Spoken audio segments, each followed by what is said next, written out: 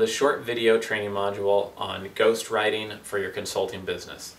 Now most people already know what ghostwriting is, but in case you don't, a ghostwriter is somebody who writes for somebody else. So if I wanted to write a book, let's say on consulting business management, like managing consulting businesses, but maybe I'm already maybe I'm already busy creating videos like this, or traveling or speaking at conferences.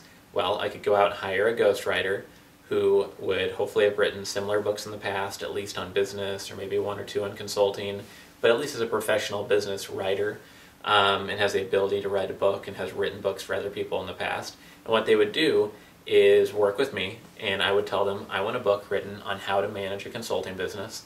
I want you to write a 12-chapter book. Each chapter has to have 20 pages. I want it to be a 6-inch by 9-inch paperback book.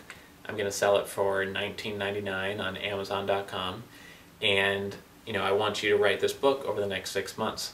And then the ghostwriter will work with me to do research over the internet, research on articles I've written, videos I've created, maybe white papers I've written, audio interviews I've completed, and put that all into book format.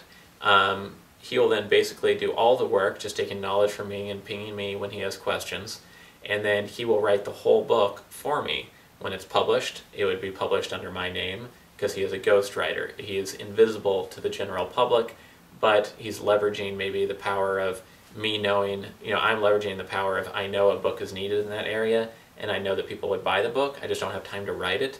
So I give the guidance, I give the chapter topics, I point the ghostwriter to the correct research to use, and then in that way I'm still guiding the creation of the book. I'm just not doing the actual writing of the book.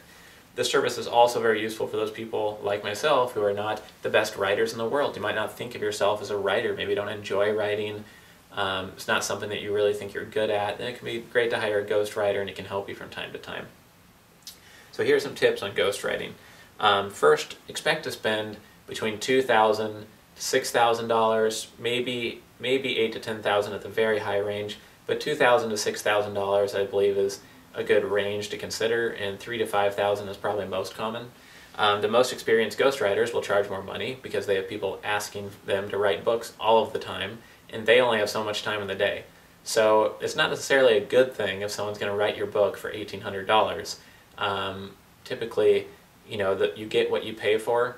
And in this case, I'm going to give you some other tips for checking out their work, but you want to pay a decent amount because this book is being published under your name and you want it to be professional, you want it to be great and thorough and one of the best books in the industry that you're writing for. So make sure you're very careful in not being too cheap with ghostwriters you work with. Next, make sure when you're negotiating with a ghostwriter, you try to work in that someone on his team will also edit the book and will also help with the graphic design of the cover, and will also help with the formatting of the book, taking it from a Word document format to a 6 by 9-inch paperback format, whatever size format you end up going with.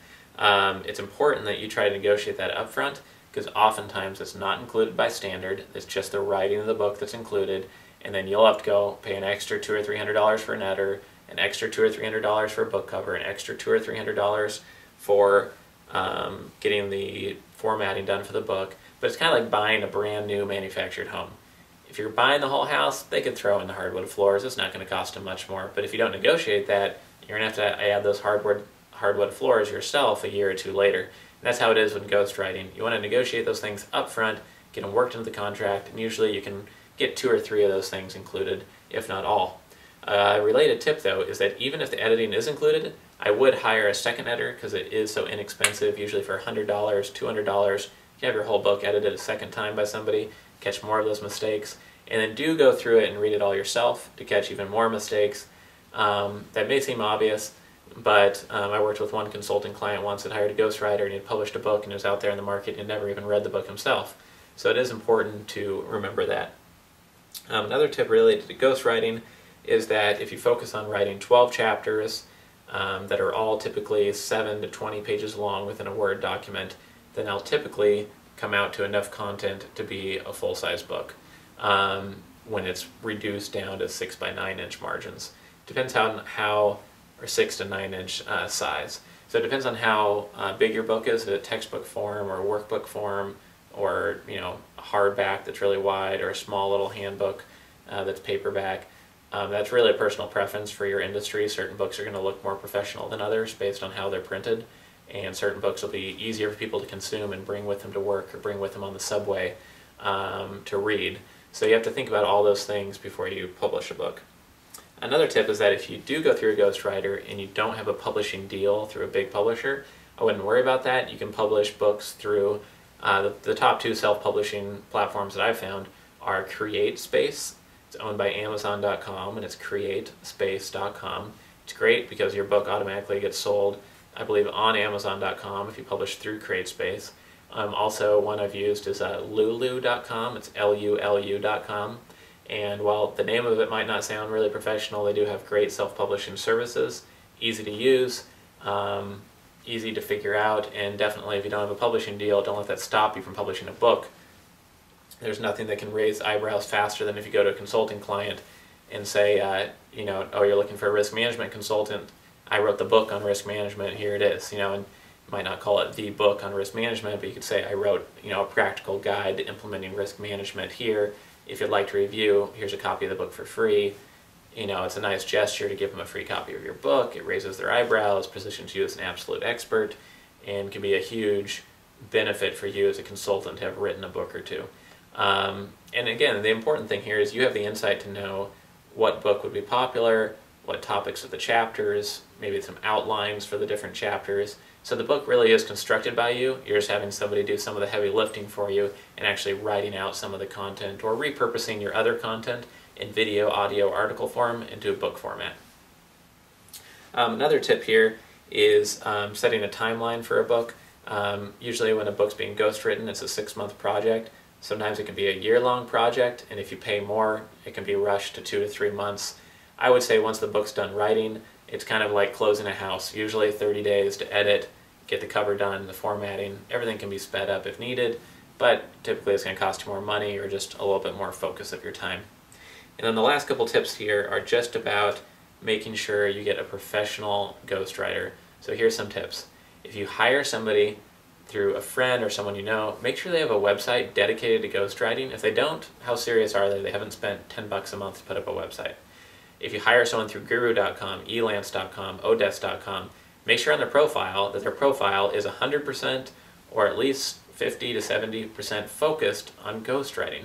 If not, if they're out there doing data entry work and consulting and other stuff, unless it's all really relevant to your book topic, then work with someone else who's dedicated to ghostwriting. They'll be more professional, they'll be easier to negotiate with, they've gone through all this before, they'll be able to recommend service providers such as editors or self-publishing platforms to you.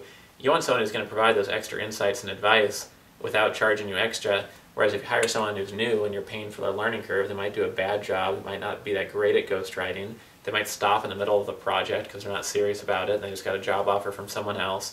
You want to work with someone who's an official, professional ghostwriter, not just someone who just put a shingle out there and they're doing 50 different jobs for 50 different people. And once you've gotten past that part, make sure that you get some references before you hire a ghostwriter. Never hire one without at least 2 references, people you can talk to over email or the phone.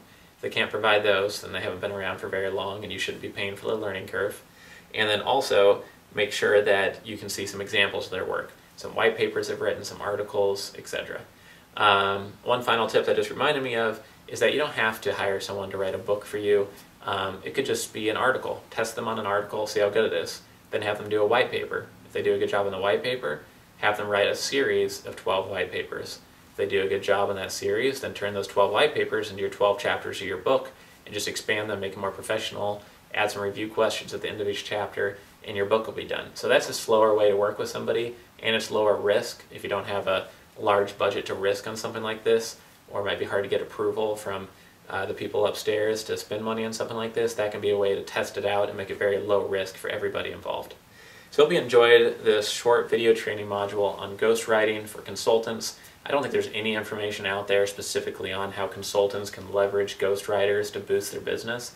So I thought this would be a really unique topic, taking lessons that I've learned in real life while working with consulting clients that have hired ghostwriters, from hiring a ghostwriter myself once in the past, These are things that I've learned, the hard way. I've never gone through training on how to hire a ghostwriter like this, so hopefully these tips are really practical and valuable and concise for you to use within your own consulting career. So thank you for joining us. This is businesstraining.com, where you can earn master's level qualifications to help you make more money.